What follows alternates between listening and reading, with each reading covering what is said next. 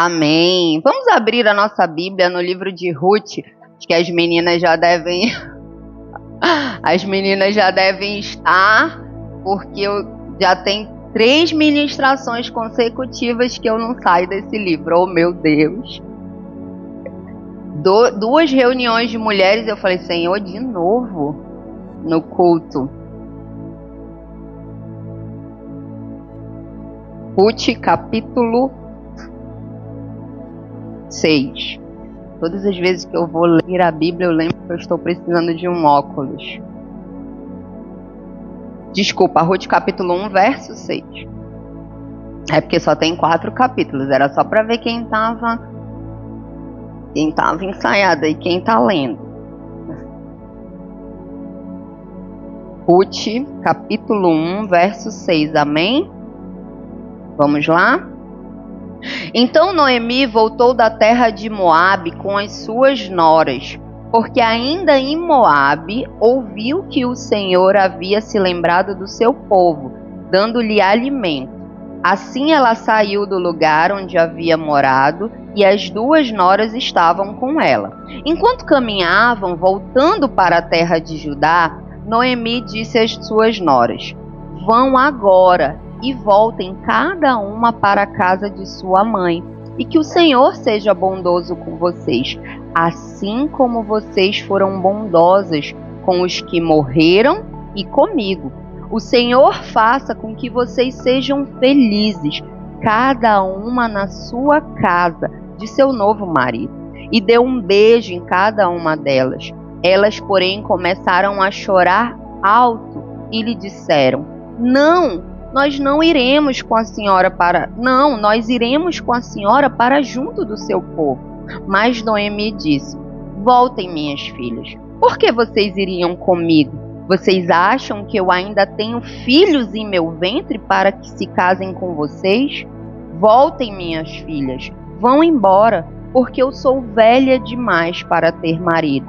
E ainda que eu dissesse: Tenho esperança, ou ainda que eu casasse esta noite e tivesse filhos, será que vocês iriam esperar até que eles viessem a crescer? Ficariam tanto tempo sem se casar? Não, minhas filhas, a minha amargura é maior do que a de vocês, porque o Senhor descarregou a sua mão contra mim. Então, de novo, choraram em alta voz. Orfa, com um beijo, se despediu da sua sogra, porém Ruth se apegou a ela. Então Noemi disse: Veja, a sua cunhada voltou para o seu povo e para os seus deuses. Vá você também com ela. Porém Ruth respondeu: Não insista para que eu a deixe, nem me obrigue a não segui-la, porque aonde quer que você for, eu irei. E onde quer que você pousar, ali pousarei eu. O seu povo é o meu povo, e o seu Deus é o meu Deus. Onde quer que você morrer, morrerei eu, e eu serei sepultada. Que o Senhor me castigue, se outra coisa que não seja a morte me separar de você. Quando Noemi viu que Ruth estava mesmo decidida a acompanhá-la, deixou de insistir com ela. Amém? Não sei se você conhece a história de Ruth e de Noemi, mas é a história de uma nora e uma sogra. E a Bíblia é assim, né? É na contramão do mundo. E é de uma nora com uma sogra que não se dão mal. Muito pelo contrário, elas se amam muito, se dão bem. E é uma história que causa um impacto, porque mostra para mim e para você como de fato os princípios cristãos, eles são muito diferentes dos princípios do mundo. E hoje eu quero falar com você sobre o poder da lealdade.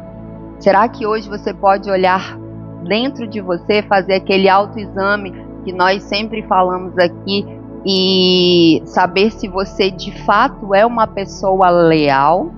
E como eu perguntei, se você olhar para você, fazer aquele autoexame, né, que a gente sempre gosta de falar aqui, que a Bíblia diz: examine-se o homem a si mesmo. Será que você pode falar que você é uma pessoa leal? Será que a lealdade, de fato, ela é uma característica, ela é uma virtude que está dentro de você? Eu não sei se você sabe qual a diferença de lealdade e fidelidade. Coisas diferentes. Eu confesso que por muito tempo eu achei assim, apesar de ser parecidas, elas são diferentes também, que era a mesma coisa. Mas estudando eu vi que lealdade e fidelidade são coisas diferentes. Fidelidade, quando você promete ser fiel a algo, né? Isso está muito relacionado aos seus interesses, né?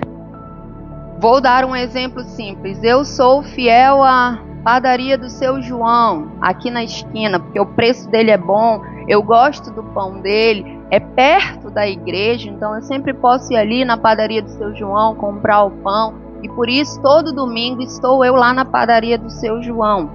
Mas abriu a padaria da Dona Maria, e o pão da Dona Maria é muito melhor, e olhe só, o preço da Dona Maria é muito melhor do que o do seu João. Então, aquilo que corresponde ao meu interesse, eu vou lá e eu vou comprar o pão da Dona Maria, porque o preço é melhor, porque o pão é melhor. E o que é lealdade? Lealdade é quando eu me comprometi com o seu João, conscientemente, sabendo o que eu estava fazendo. Fiz uma aliança com ele e disse: seu João, enquanto eu estiver aqui nesse bairro, eu só compro pão na sua padaria. Então, lealdade, e abriu a padaria da Dona Maria, o pão é melhor, o preço é melhor, mas com quem eu me comprometi? Com seu João. Seu João naquele momento não tem um pão melhor para me oferecer, o pão dele é até gostoso, mas não tanto quanto o da Dona Maria. Não tem um preço melhor, mas eu escolhi ser leal ao seu João. Então eu vou continuar lá com o seu João. Então, lealdade tem muito a ver você fazer uma escolha consciente. Lealdade não tem a ver com aquilo que você pode ganhar, mas aquilo que você tem para oferecer. É totalmente diferente. Todos nós passamos momentos de crises, passamos por momentos de dificuldade, passamos por momentos onde muitas vezes nós estamos no fundo do poço e não enxergamos nada, e às vezes até mudamos, aquelas circunstâncias mudam a forma que nós conseguimos, nos enxergar. E com Noemi não era diferente. Eles tinham saído da terra deles, de Belém, porque estava tendo uma grande fome lá, uma escassez. Então ela, o marido e os filhos se mudaram, foram para Moabe. Quando chegou lá, passou um tempo, o marido morreu, os filhos casaram com as moabitas, os filhos morreram, e depois estavam 3 mulheres, sozinhas, sem marido, sem filho, e Noemi se viu em uma circunstância de crise, em um momento difícil. Sabe? E ela fica sabendo que o Senhor está abençoando o povo de Israel. Então ela diz: eu vou voltar, o lugar que eu nunca deveria ter saído, e fica lá e volta. Só que agora ela tem 2 noras, e as noras dela decidem ir com ela. Só que chega aquele momento que a Noemi faz aquela reflexão. Ela se enxerga, ela se olha, e ela olha para as noras dela e diz assim: o que eu tenho para oferecer para essas mulheres, para essas meninas? Primeira coisa que eu quero falar para você é que momentos de crise, momentos de dificuldade, quando a ordem é dada pelo Senhor, quando é o Senhor que te chamou, quando você está fazendo a coisa certa, não é para você voltar, é para você permanecer. Então a Bíblia fala que Noemi começa a dialogar com Ruth e com Orfa, e ela começa a falar para as 2 noras que ela não tem nada para oferecer para elas. E ela começa a dizer: olha, é melhor que vocês voltem para a terra de vocês. É melhor que vocês fiquem aí. Vocês são novas ainda, vocês vão casar, vão arranjar um marido. A cultura de vocês, se vocês forem comigo, vocês estão indo para um lugar que a cultura era diferente, tudo era diferente, Vocês vão chegar lá, vocês são estrangeiras, uma terra onde vocês só me conhecem. Então o que ela diz? Ela aconselha, Quem aqui já passou por um momento de crise e não quer ninguém perto? A gente não quer ninguém. Naturalmente você não quer ninguém, você quer ficar sozinho. não fala comigo, não vem me ajudar, me deixa quieto. E aí você se vê naquela situação, você fala, se eu já estou no fundo do poço, se alguém andar comigo, eu vou levar para o fundo do poço mesmo. E às vezes até por instinto, por proteção, você, até por amar as pessoas, você decide se distanciar, para que aquela pessoa também não seja atingida direto ou indiretamente por aquilo que você está passando. Então Noemi, ela tem essa reflexão, ela começa a incentivar que as noras dela voltem, que elas fiquem com o povo delas, que elas fiquem na terra delas, para que elas possam reconstruir a vida delas. E é engraçado porque a Bíblia diz que quando isso acontece, elas se abraçam e elas choram. E a minha Bíblia diz que elas choram em alta voz. Isso mostra para mim o laço que tinha entre elas, sabe? Isso mostra para mim que as duas se comprometeram em acompanhar a sogra. Uma poderia ter falado assim, meu marido morreu, vou ficar aqui, né? Mas a Bíblia diz que as duas foram com ela e num determinado ponto do caminho elas têm essa conversa. Que quando a Bíblia fala que a órfã volta é porque ela já partiu de um lugar, né? Você não volta sem ter ido. Então, só que a Bíblia diz que quando Noemi começa a expor as dificuldades dela, aquilo que ela não poderia fazer por aquelas duas, uma para e pensa e diz, opa, eu vou voltar. Existem duas pessoas, né? Existem 3 pessoas naquela conversa, mas existem 2 pessoas prontas a escolher o futuro da vida dela. E diante das crises, diante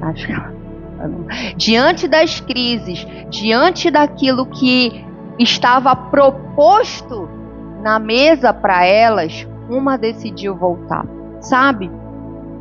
E a minha pergunta é, quem você é quando as pessoas não têm o que te oferecer? Qual é o tipo de pessoa que você é quando as pessoas não têm o que te oferecer? Porque o fato e a verdade é que nós vivemos num mundo de interesse. As pessoas se relacionam com outras por interesse.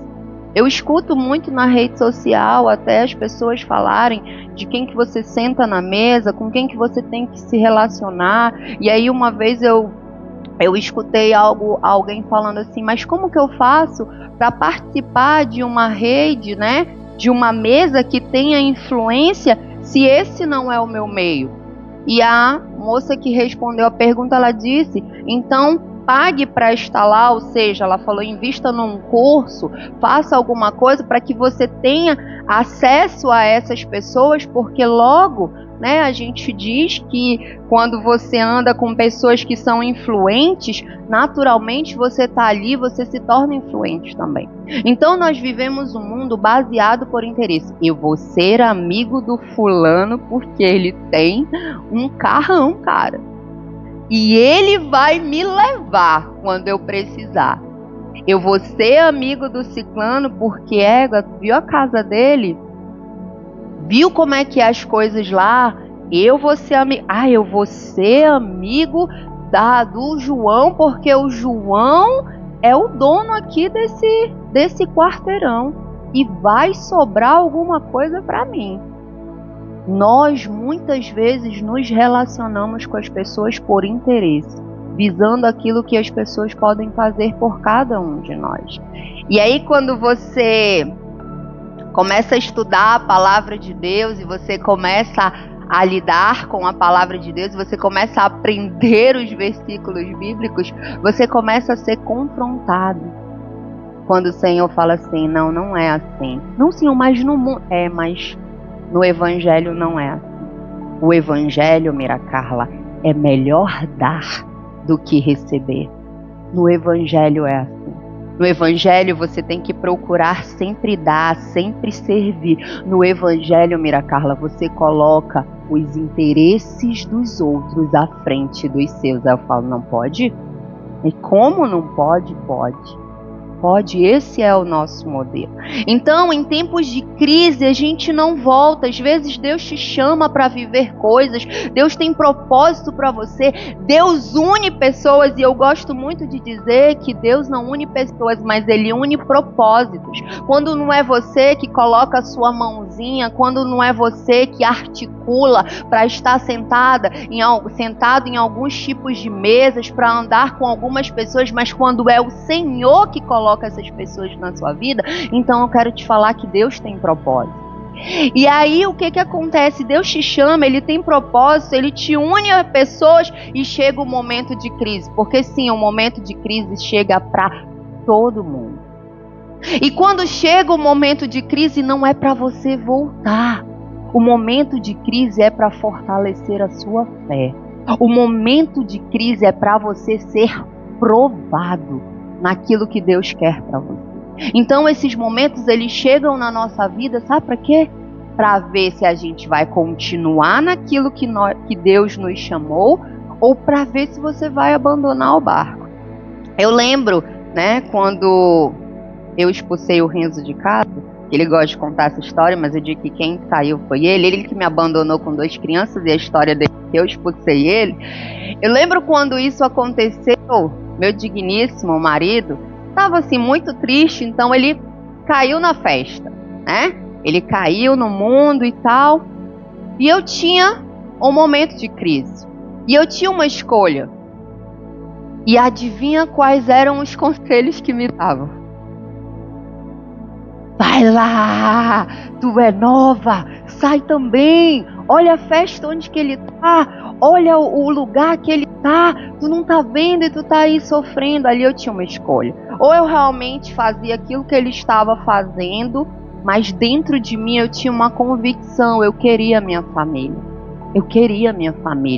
ou eu continuava naquilo que estava pulsando dentro de mim. Mas era um momento de crise, era um momento difícil, era um momento que mexia com as minhas emoções, e muitas vezes queriam me levar a dar o troco, a fazer o mesmo. Porque eu olhava e eu dizia, eu tô aqui, ele tá lá no Copacabana, Porque e Satanás sempre manda os enviados para falar o que a pessoa está vivendo ali.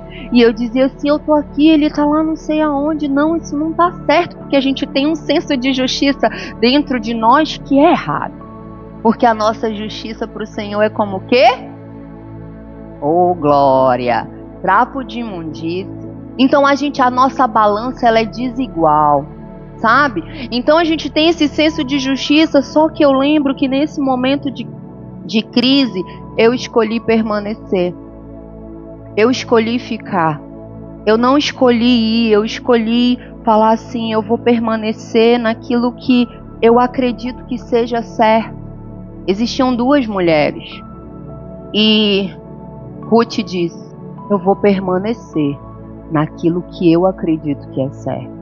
Eu vou com essa mulher. Mas Orfa, ela pesou.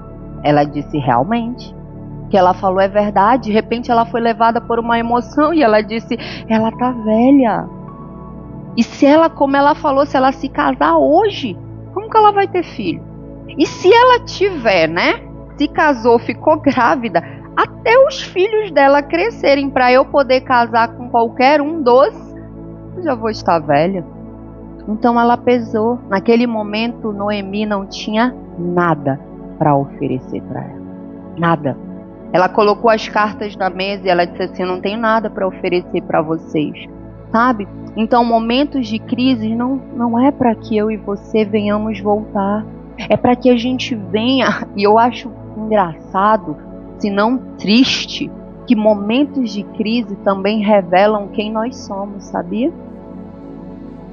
Você já escutou alguém falando assim, e eu já vivi muito isso, se fosse comigo, se fosse eu, é porque a pessoa não tá passando pelo momento, E aí chega a vez dela. Aí tu olha assim, não, mas ela disse que se fosse com ela, se fosse ela, e tu vê ela fazendo igualzinho que ela disse que ela não faria. Que ela não faria.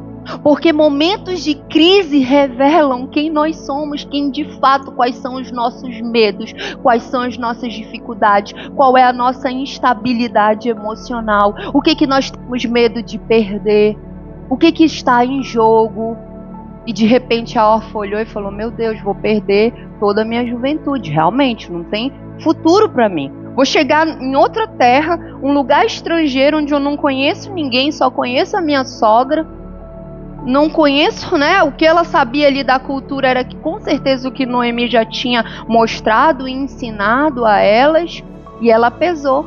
Ela disse assim: com certeza, penso isso, a Bíblia não fala, mas por ela ter voltado, o que é mais fácil? Ir ao desconhecido ou ficar onde você já sabe como é? Ir, né? Atender ao chamado do Senhor ou ficar onde você já sabe como é? Quando nós fomos chamados para Macapá, eu lembro que uma das coisas que o meu pai falou para mim foi assim: ele e minha mãe, quando nós fomos contar, não tem pastores em Macapá? Falei: um monte. Eu não sei o que a gente está indo fazer lá. Um monte, porque eu não queria vir. Eu sempre digo isso, eu não queria vir, como foi difícil. A gente já estava com tudo arrumado lá, nossa célula era enorme, nossa supervisão era enorme. Já tínhamos até sido chamados para assumir uma igreja lá, né? E eu não entendo. Momentos de crise a gente não entende, nós estamos abalados emocionalmente. Nós não entendemos, sabe? Mas os momentos de crise vão revelar quais são as suas debilidades. O que precisa ser trabalhado dentro de você. Às vezes você tem uma noção totalmente errada de quem você é. Aí chega um momento de crise e você fala assim: meu Deus, eu não sabia que eu era desse jeito. Eu me achava tão madura, tão... e olha só o que eu fiz. Meu Deus, eu já fiz cada coisa em momentos de crise que só o Senhor, glória a Deus pela vida, pela misericórdia dele na minha vida. Então, quando você chega num determinado momento, você se depara, ou você volta, ou você vai continuar. E é muito importante nós entendermos que essa escolha é essencial, fundamental para o futuro que nos espera. Quem tem um livro hoje com o nome dela? Ruth. Quem ficou? Quem ficou? Ela tem um livro. Você sabia que na Bíblia só tem 2 livros com nome de mulheres? Ruth e Esther. E a Ruth, uma moabita, uma estrangeira, porque decidiu ficar. Porque dentro dela tinha lealdade. Eu permaneço, Noemi, enquanto você não tem nada para me oferecer. Sabe? Lealdade não tem a ver... A outra coisa que eu quero falar com você, lealdade não tem a ver com aquilo que você pode ganhar. Abra sua Bíblia em Juízes 6.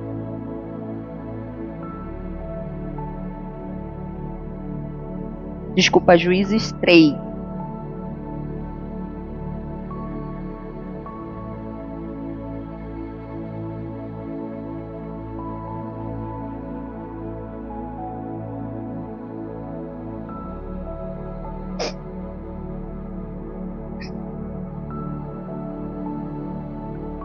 Juízes 3, capítulo 3, verso 1. São estas nações que o Senhor deixou ficar para, por meio delas, pôr Israel à prova. Isto é, para provar todos os israelitas que não sabiam de todas as guerras de Canaã. Ele fez isso tão somente para que as gerações dos filhos de Israel conhecessem a guerra, para lhes ensinar a guerra, pelo menos as gerações que anteriormente não sabiam disso. Os que ficaram foram 5 governantes dos filisteus, todos os cananeus, sidônios e heveus que habitavam as montanhas do Líbano, desde o monte de Baal, Emon, até a entrada de Amate. Esses ficaram para, por meio deles, o Senhor por Israel à prova, para saber se dariam ouvidos aos mandamentos que havia ordenado aos seus pais por meio de Moisés. Assim os filhos de Israel moravam no meio dos cananeus, dos heteus, dos amorreus, dos ferezeus, dos heveus e dos jebuseus. Tomaram de suas filhas para si por mulheres e deram as suas próprias aos filhos deles, e rendiam culto aos seus deuses. Sabe, quando o povo de Israel entrou em Canaã, Deus escolheu, Deus permitiu, Deus deixou algumas nações lá. Ele deixou um pouco do povo de cada nação. Sabe por quê?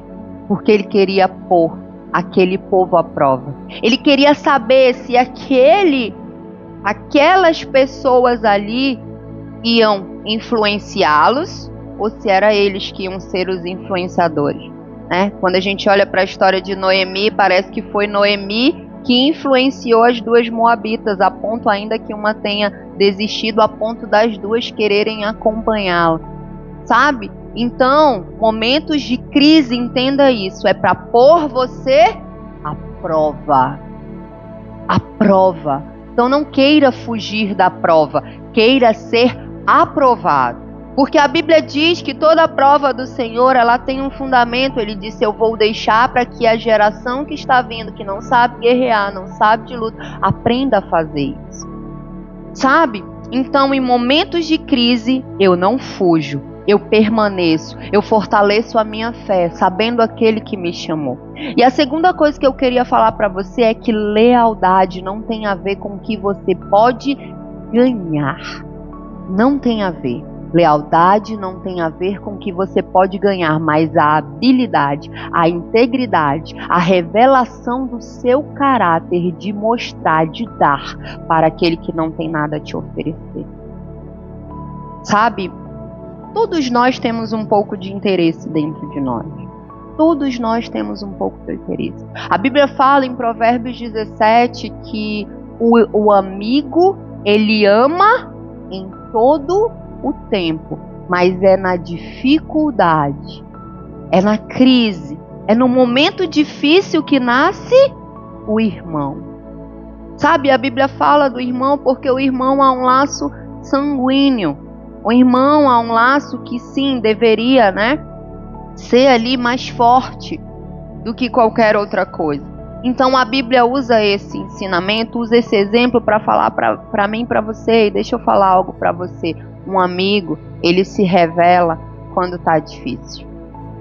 Eu não sei se você já ouviu essas histórias, mas eu já ouvi muitas histórias do tipo, quando eu tinha dinheiro, quando eu era rico, quando tudo estava dando bem na minha vida, a minha casa estava cheia. E de repente, quando eu fui acometido por tal situação, por tal tragédia, hoje ninguém mais aparece aqui. Uma vez eu lembro que eu tinha um amigo na faculdade que ele tinha muito dinheiro e ele dizia assim, Mira Carla, o melhor não é ser o dono da lancha.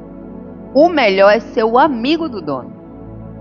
Aí eu ficava pensando naquilo que ele dizia, porque ele dizia assim, o dono, ele tem que bancar com a gasolina, ele tem que bancar com a comida, ele tem que bancar com várias coisas.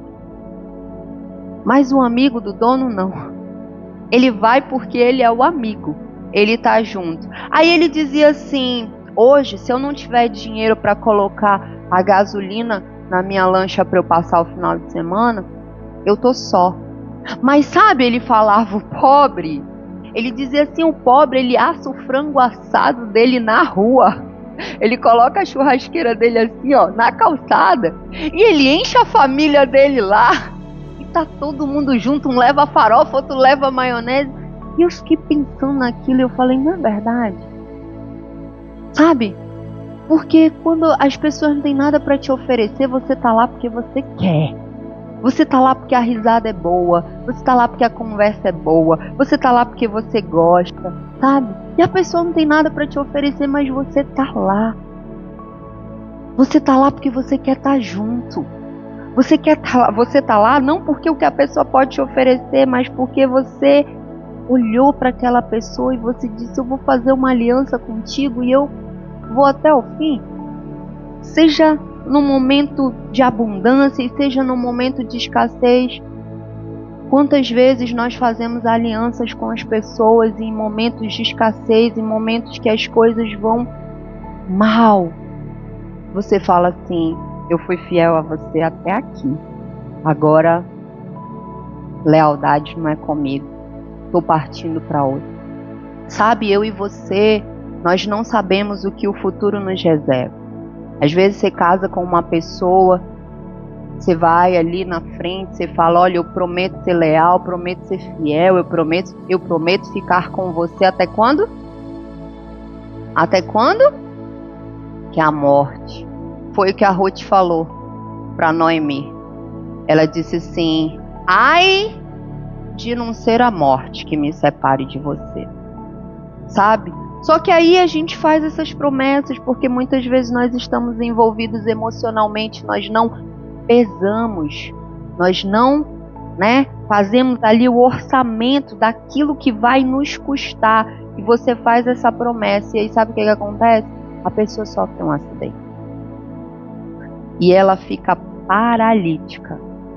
E aquela pessoa que você casou, que andava, que brincava, que dançava com você, que pulava, que, poxa, estava ali perto de você, agora está em uma cama, totalmente dependente de você. Porque é fácil nós olharmos essa história e falar assim: não, se fosse eu, ficaria. Será mesmo? Será mesmo que a gente fica?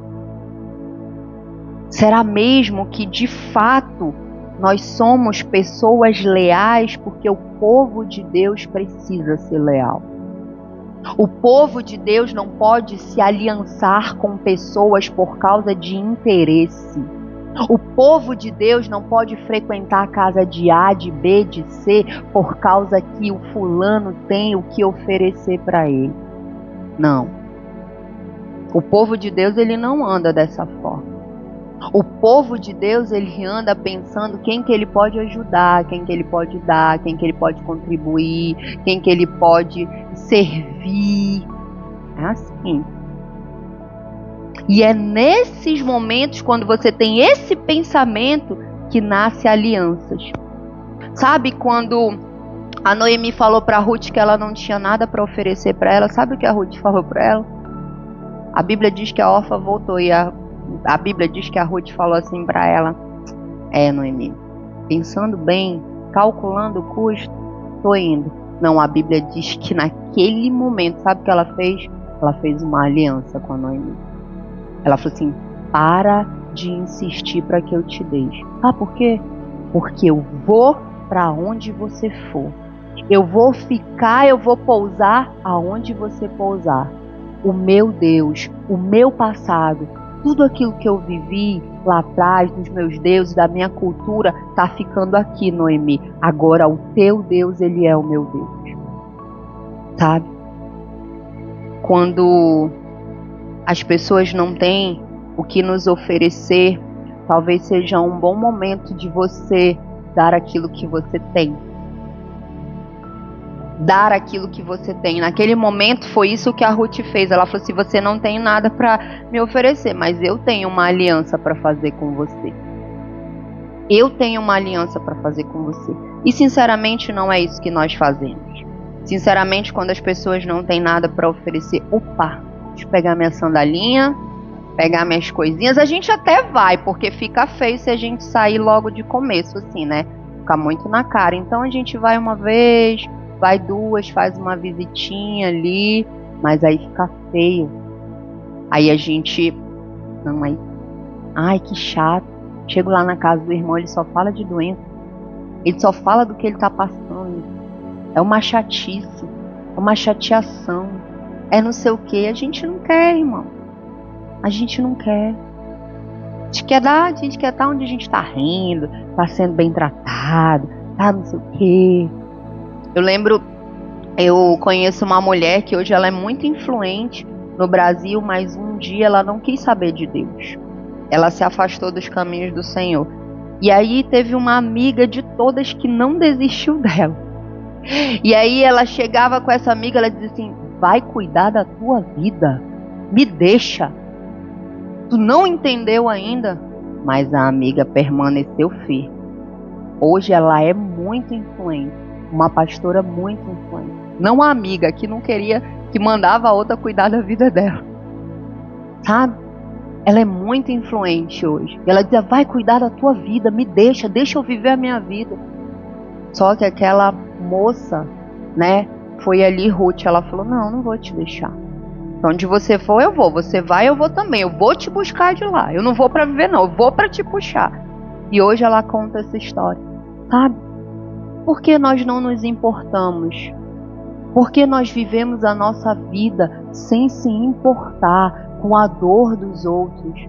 Sem se importar com o problema dos outros? Sem se importar como que eu e você podemos ser úteis no reino de Deus? É isso que o Senhor espera. Mas sinceramente, a gente quer ir para onde a gente esquece dos nossos problemas. Nós não gostamos de lugares desagradáveis, situações desconfortáveis, sabe? Então, momentos de crise, momentos difíceis, lealdade não tem a ver com o que você tem a ganhar. A ganhar. Não pense em ganhar. Não pense em ganhar.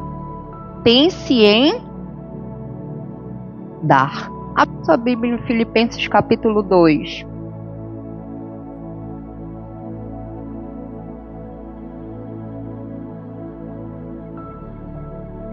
Olha como o evangelho é tão diferente do que a gente aprende por aí.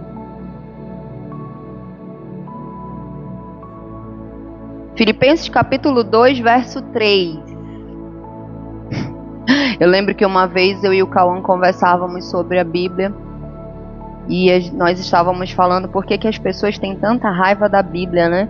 E eu nunca esqueço a resposta do Cauã. Ele disse: mãe, porque quando a gente lê a Bíblia a gente é confrontado.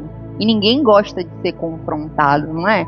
Ninguém gosta de olhar: meu Deus, como eu sou ruim, como eu faço errado, como isso está errado. Filipenses capítulo 2, verso 3. Esse é o nosso modo de viver. Não façam nada por interesse pessoal ou vaidade, mas por humildade, cada um considerando os outros superiores a si mesmo, não tendo em vista somente os seus próprios interesses, mas também os dos outros. Sabe? Esse é o nosso modo de andar. Não façam nada por interesse pessoal ou vaidade, mas por humildade. Quando nós estamos no ministério, eu sempre digo isso, o ministério é um lugar muito perigoso, porque a gente acaba cuidando de pessoas, né? E essas pessoas acabam ficando gratas, porque elas restauram seu casamento, restauram a família, e às vezes restauram tantas coisas, são libertas. Você vê isso na Bíblia, nós somos os encarregados aqui, né, de Jesus, e você vive isso, e aí você começa a ver a pessoa com um sentimento de gratidão, querendo te honrar, querendo fazer as coisas para você, né? Aí às vezes te proporciona coisas. E eu vivo isso algumas vezes na minha vida, e eu sempre procuro sondar o meu coração. Senhor, tem algum interesse aqui em mim?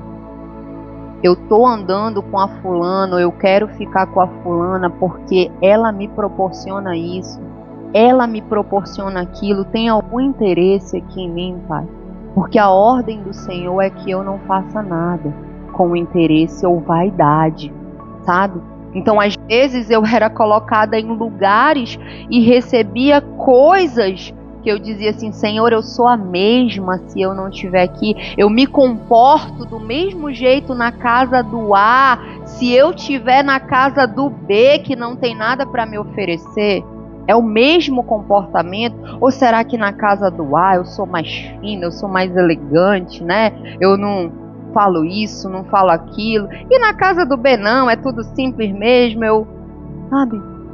Eu sempre procurei sondar o meu coração a isso. A Lion, ela tem, e glória a Deus por isso, esse DNA aqui, somos todos iguais.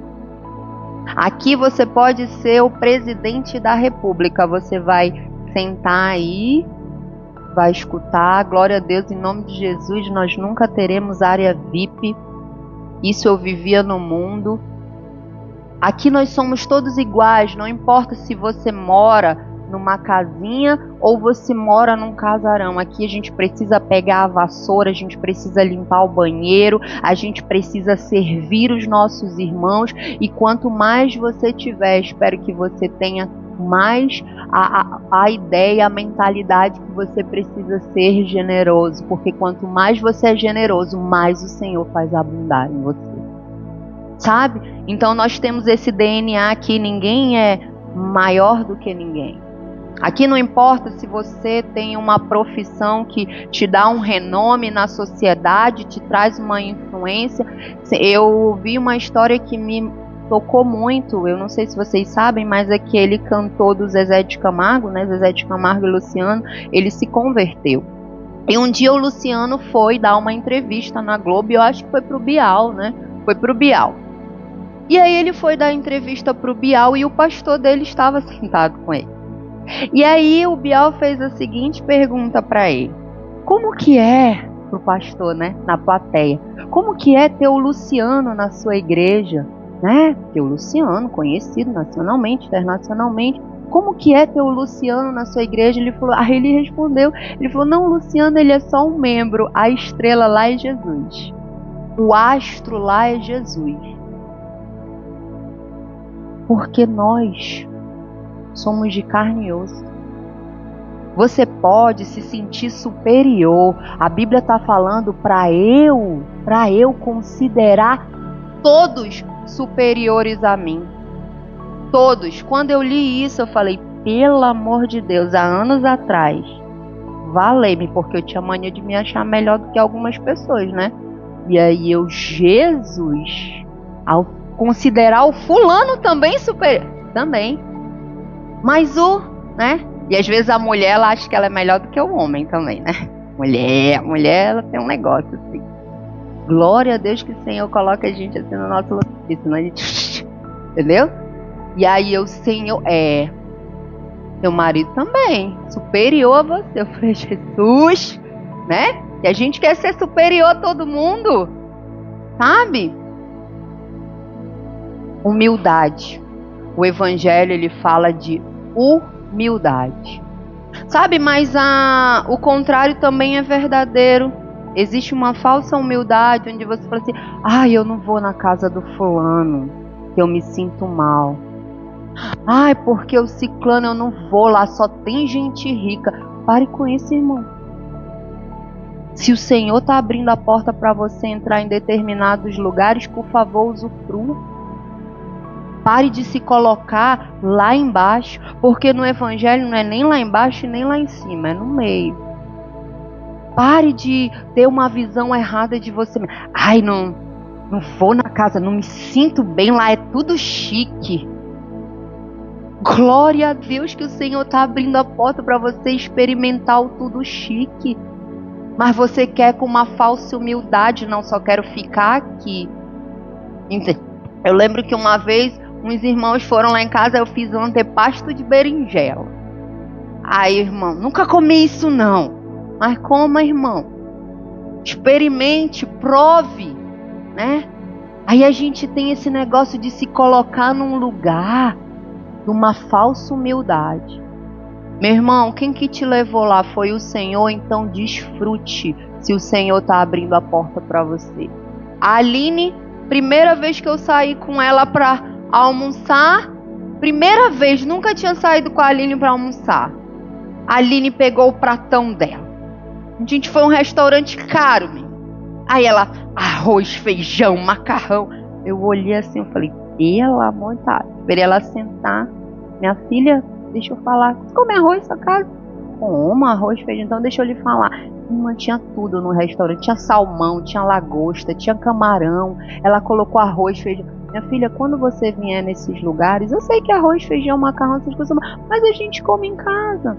Desfrute do salmão. Ela não ia pagar mais barato, era o mesmo preço. Estava lá. Desfrute das coisas que você não conhece. Tem tanta coisa que você não conhece que eu só precisei ensinar uma vez, irmão. A irmã não coloca mais no prato dela nem arroz, nem feijão, nem macarrão. Sabe? Porque se o Senhor está te dando a oportunidade, desfrute. O contrário também é verdadeiro.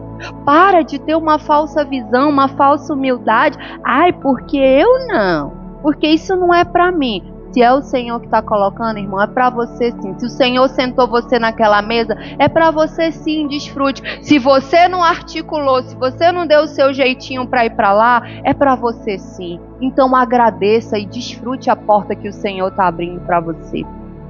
E a última coisa que eu quero falar para você é: não despreze ninguém. Você não sabe o que as pessoas carregam. Você não sabe o que as pessoas carregam. Às vezes nós desprezamos as pessoas porque elas não têm nada para nos oferecer. Nós olhamos com os nossos olhos. Ah, fulano, tem nenhum carro, vai me dar nenhum carona, vai nem me beneficiar, vai andar junto de ônibus comigo. Pô, nada. Vou andar com fulano que tem o carro ali. Às vezes você despreza as pessoas pelo que elas têm para oferecer para você, mas deixa eu falar uma coisa, você não sabe o que cada um carrega. Vamos lá em 2 Coríntios.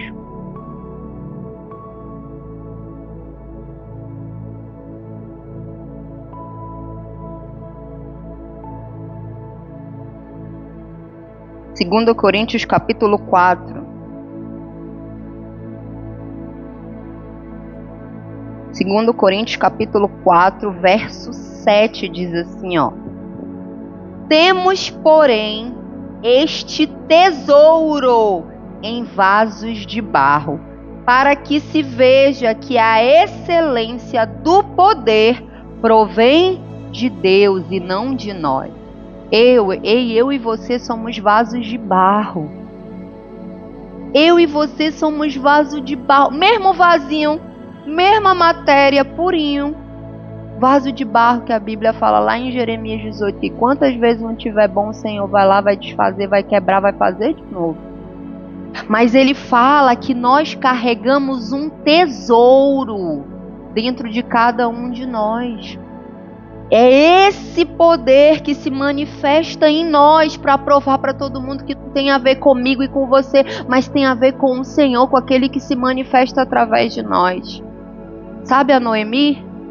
Que não tinha nada para oferecer, que era velha, que não podia casar, talvez não tivesse filho. Sabe o que ela fez? Oh meu Deus!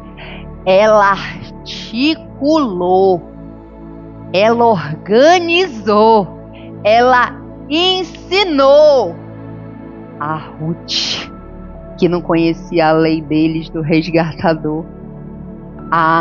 Vai lá com Boaz. Vou te ensinar, faz como eu tô te falando. Sabe quem foi a Ruth? Vó do maior rei de Israel. Filho dela, Obed, foi pai de Jessé, que foi pai de Davi. O maior rei de Israel, que está na descendência do maior rei do mundo. E hoje o nomezinho da Ruth está lá para mim, para você ver. Aquela mulher que não tinha nada para oferecer para ela. Não tinha nada. Ela disse, olha, volta. Vai para tua terra, vai embora. Eu não tenho nada para te oferecer. Vai embora, volta. Essa mulher simplesmente, ela tinha inteligência. Ela tinha sabedoria. Ela tinha experiência. Ela tinha Deus. Aí quando a Ruth conta para ela que foi catar a espiga lá na fazenda, lá no campo de Boaz, ela, esse homem é nosso resgatador, ele é da nossa família. Aí foi lá, vamos ver o que ela fez. Aqui não tinha nada para oferecer para Ruth. Mas a Ruth, inteligente, leal,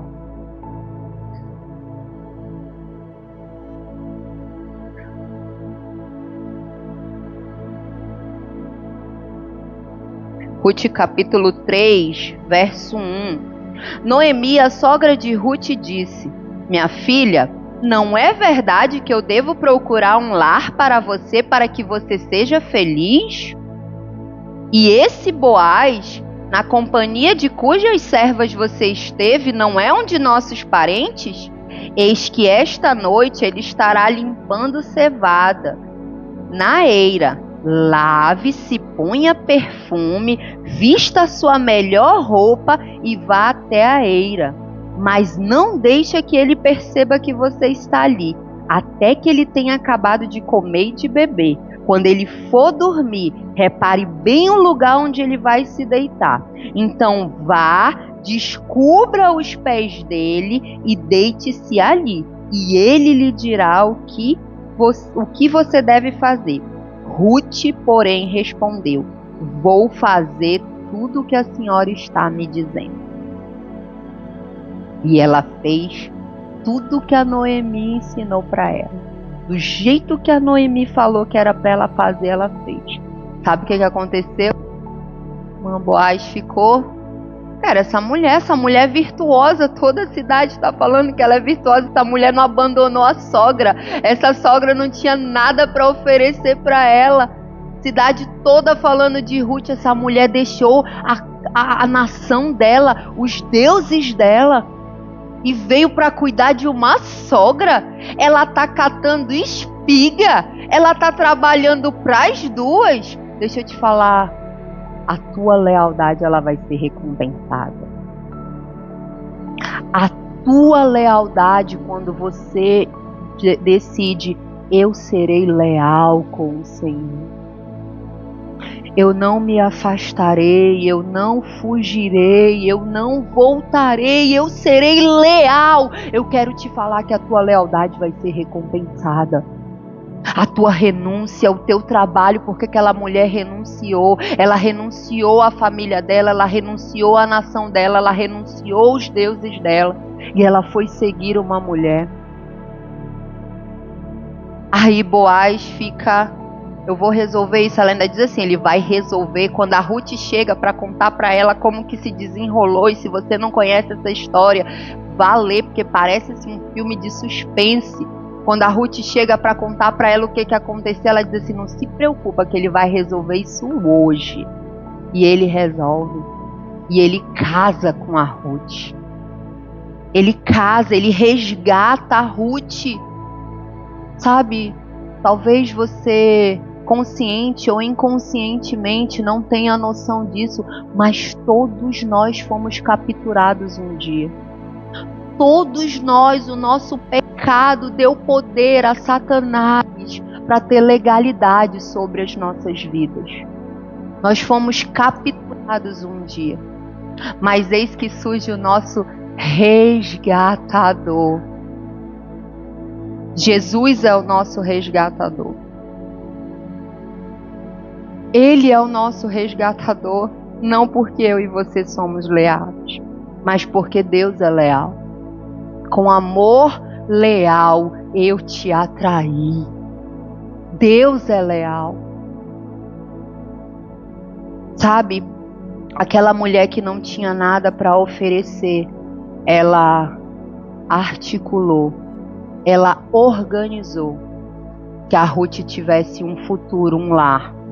Talvez naquele momento ela nunca imaginasse: meu Deus, esse homem vai fazer com que essa mulher que não me abandonou entre na descendência de Jesus.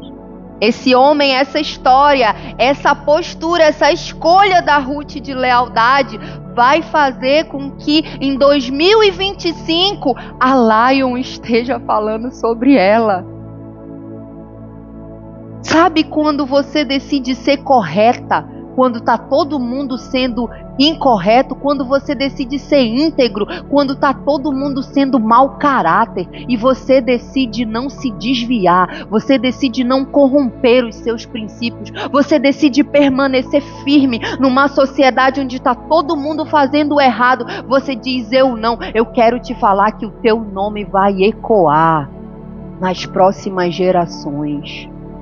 Ele vai ecoar. Assim como o de Ruth está ecoando até hoje, porque no momento de crise, um momento onde ninguém tinha nada para oferecer para ela, ela disse: eu vou fazer o que é certo, e o certo é eu ficar. O certo é eu permanecer com a senhora. Pode ser mais fácil voltar, pode ser mais confortável, pode ser de fato que talvez eu tenha um futuro melhor, mas o certo é ficar. Esse é o certo. O casamento ruim, o casamento tá ruim, as brigas estão ruins, tá tudo virando de cabeça para baixo, e para mim é muito melhor separar, para mim é muito melhor viver uma nova vida. Aí você fala até assim, a pessoa diz: agora eu tenho paz, agora eu tô com paz, mas qual é o certo a se fazer? Qual é o certo? Com o que você se comprometeu? Qual é o certo? Toda lealdade, ela tem recompensa. Essa mulher foi recompensada. E será que hoje você olha para você e você consegue enxergar uma pessoa leal? Ou será que isso é algo que ainda precisa ser construído em você?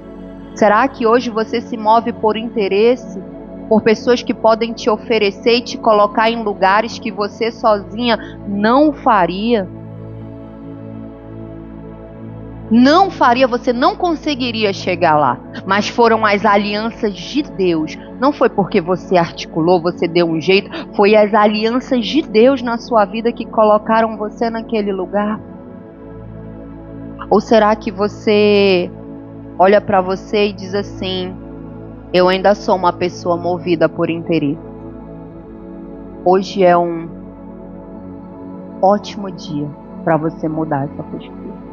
Hoje é um ótimo dia para que você venha se aliançar com Deus e dizer assim: ó, Senhor, eu não faço o que é mais confortável, eu não faço o que todo mundo está fazendo, eu não faço, Senhor, até muitas vezes o que eu quero fazer, eu faço o que precisa ser feito, eu faço o que é certo para ser feito. Fique em pé, por favor. Fique de pé. Sabe, nós precisamos consertar o nosso caráter. Eu sempre digo isso, uma igreja cheia de dons é lindo, e eu oro para isso, para que nós venhamos ser cheios de dons, para que pessoas entrem nesse lugar e sejam curadas e sejam saradas, e que a gente ore e fale: levanta e anda. Mas uma igreja que não tem o caráter de Jesus é uma igreja doente. É uma igreja doente. Eu lembro quando eu estava envolvida com falar em línguas e eu escutava muitos testemunhos de pessoas que moviam no dom de falar em línguas. Então eu fui comprar um livro na livraria cristã lá em Manaus e eu queria que ele mover, eu queria aquele poder. E eu lembro que eu cheguei lá e eu glorifico ao Senhor e sou grata porque Ele sempre teve cuidado comigo nesse ponto. E eu lembro que eu cheguei com um rapaz da livraria, eu disse: eu quero um livro de falar em línguas.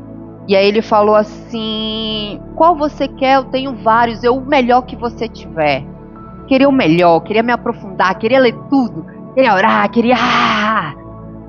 E aí ele disse assim: mas por que o seu interesse? Eu falei: porque eu estou escutando muitos testemunhos. A gente é assim, né? A gente é emocionado, a gente começa a ouvir as coisas e a gente quer viver. E eu falei: eu estou escutando muitos testemunhos, sabe? E as pessoas falam que quando elas oram em línguas por horas, coisas acontecem, e elas oram, e as pessoas levantam, e isso, e acontece, não sei o que. Ele falou assim: realmente.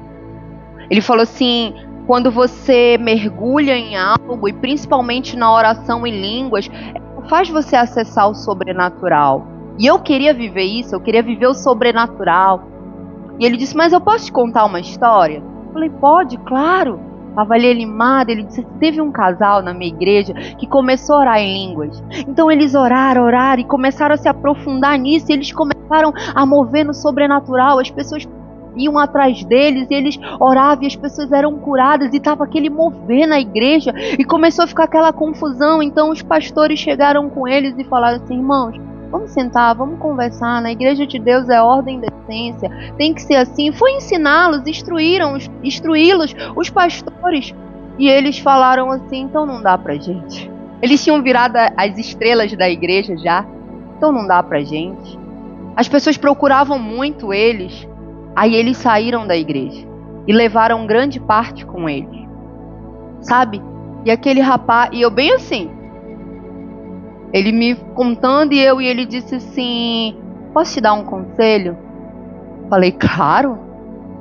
Entre o dom e o caráter, escolhe o caráter de Jesus. Escolhe o caráter. E eu falei assim: pode ficar com o seu livro, eu não preciso mais. E eu fui para casa e eu disse: Senhor, muda o meu caráter. O que adianta você falar bem, você isso, você articular, você orar? Ai, meu Deus, como que o pastor fulano de tal é ungido, é não sei o quê. Mas você é um sepulcro caiado. Você está em trevas. Nós não podemos ser assim, irmão. Nós temos que ir diante do Senhor e falar: Senhor, trabalhe o meu caráter. Muitas vezes eu sou infiel, eu sou desleal, eu sou interesseiro. O Senhor sabe, o Senhor conhece o meu coração. Eu me movo por interesses. Quando as pessoas não têm nada para oferecer, eu estou muito ocupado para me preocupar com elas. Eu me acho melhor do que todo mundo. Filipenses 2 disse: que todos sejam superiores a você. Sabe, eu me movo só pensando nos meus interesses. Não faça isso.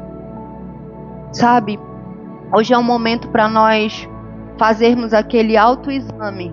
E diante do Senhor, não é diante de homens, é diante do Senhor você ser sincero e colocar diante do Senhor o que realmente o Senhor precisa mudar aí dentro. O que realmente o Senhor precisa trabalhar aí dentro. Sabe, muitas vezes nós temos vontade de abandonar o barco. Mas qual é o certo a se fazer?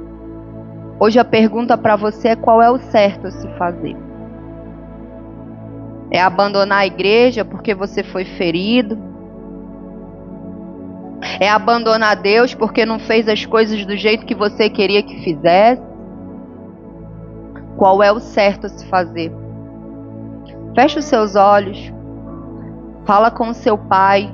Hoje eu não vou te chamar aqui, mas eu tenho uma pergunta. Hoje eu não vou te perguntar se você tem se movido por interesse. Eu quero te deixar livre, você e o Senhor. Mas se há alguém no meio de nós que ainda não entregou a sua vida para Jesus, que ainda não tem o Espírito Santo dentro, te constrangendo, te incomodando, te sinalizando de que algo está errado e precisa ser mudado, eu quero te convidar a vir aqui na frente. Eu quero orar por você.